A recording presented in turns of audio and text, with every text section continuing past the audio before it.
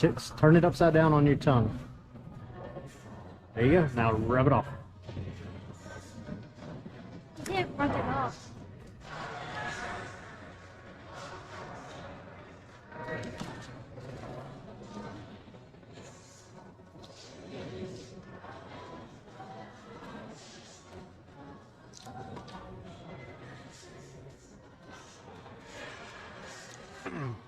He's gone.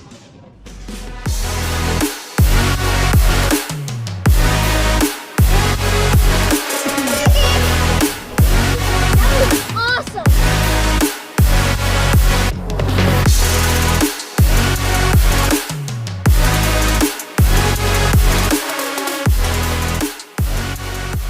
Hey y'all, made it up here to Nashville finally, and we're on Honky Tonk Highway, and things just opened up, and you can see this place is already super packed. It's hot, it's loud, but we're excited to be here. The rain has stopped, so we're ready to have some fun. You can't go to Nashville without trying some Nashville spicy chicken, and we were told Hattie B's was the best place to try it. Apparently, we weren't alone in our search for the famous chicken, because even though we arrived before they officially opened, the line was already out the door.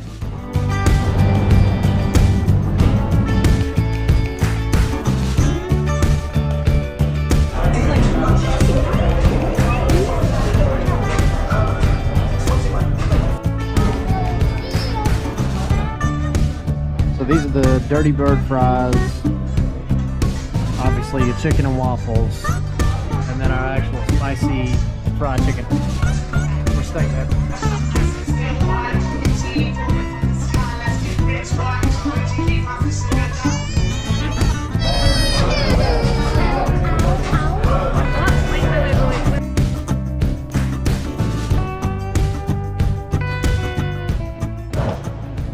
Alright, we just left Hattie B's, and it was pretty good. What do you think?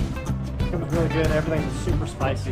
Very like spicy. Very spicy. It But was good. it was really, really good. Even the grits were spicy. Yeah. What do you think, Ray? I think it was good. I think it was spicy.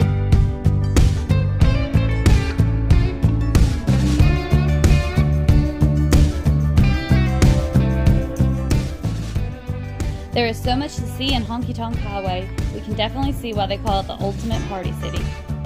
It's only 1 in the afternoon, and already the streets are lined with people. There's music playing in every store and restaurant we've passed, and party buses drive up and down the highway with dancing passengers. If all the music and partying seems like too much for you, just a few blocks down is a much different pace. The streets are a little quieter, but there's still plenty to see, including the Walk of Fame Park, where you can see the stars laid for your favorite Nashville legends, like Johnny Cash, Alan Jackson, and Alabama. Not sure if it's been said before, but this looks like something out of Lord of the Rings.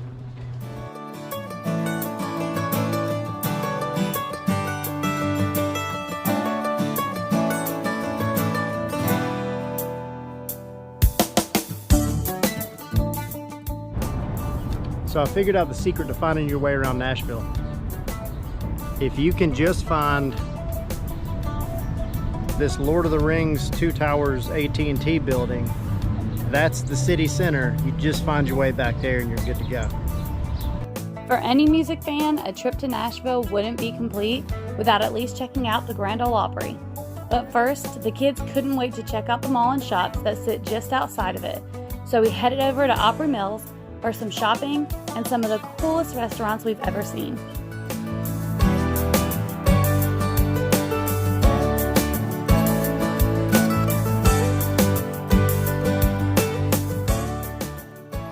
Opry Mills is a huge mall with literally something for everyone.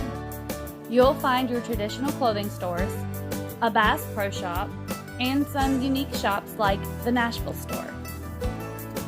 Of course, like any mall, you'll find a typical food court, but you can also find several fun-themed restaurants like the Rainforest Cafe and aquarium and underwater dining experience.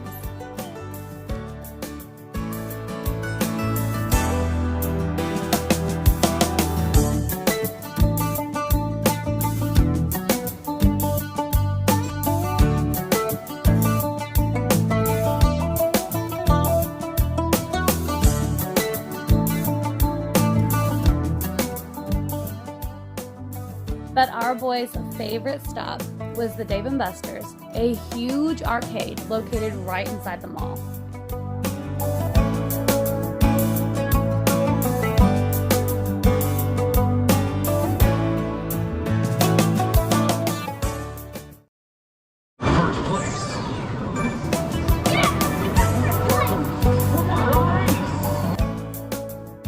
We ended the night with a visit to the Grand Ole Opry.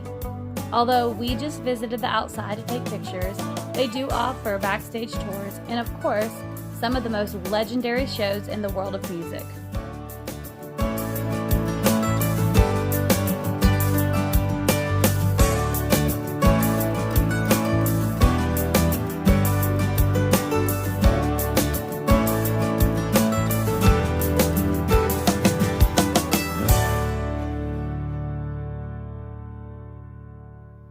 We started our next day early since we wanted to see some of the murals that Nashville is so well known for. I don't know about you though, but coffee is an essential requirement for my morning routine, especially when I'm getting up early. We stumbled upon White Bison coffee, and not only did they save me from my lack of caffeine, but it was the best coffee I've had in a while, and I drink a lot of coffee. One last note about White Bison. Their biscuits are their unsung heroes. Try their Nashville Spicy Chicken Biscuit. You will not be disappointed.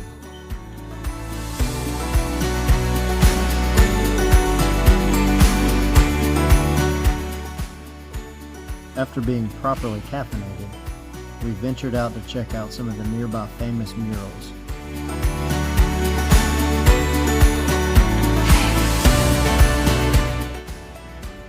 I've lived in the South my whole life, and I had never heard about the next spot.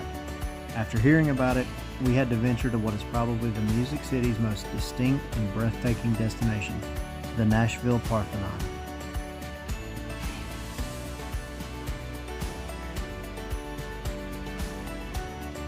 Hey y'all, we're at the Parthenon in Nashville, which is a full-scale replica of the Parthenon that's actually in Greece. And this video is not going to do it justice, but this thing is massive. And if you've never been to the one that's actually in Greece, you really got nothing to compare it to, I guess. But this place is huge. You can see the people down here at the bottom of the stairs. But it is a beautiful building and exceptionally massive. It's got a museum inside.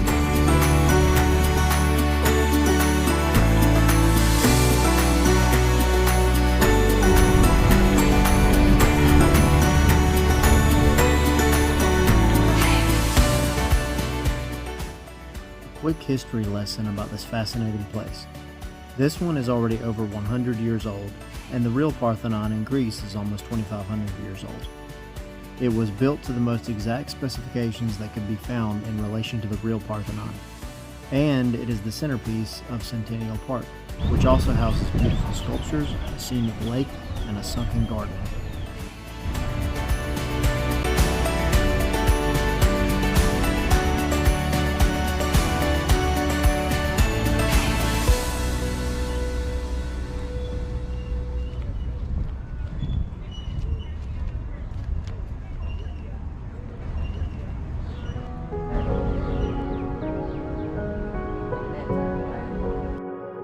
Nashville is a beautiful town with such a variety of things to offer. It definitely lives up to its Party City name, but there are so many other options as well. And there are still so many things we couldn't fit into this visit, but we will definitely be planning a trip back soon.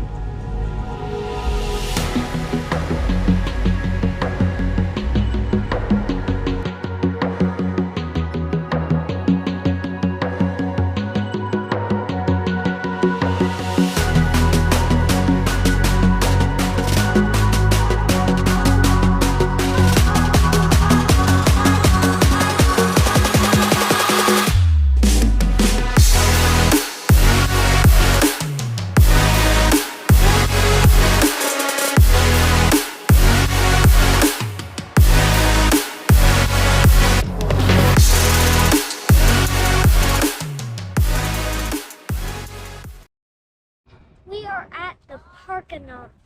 Oh my God.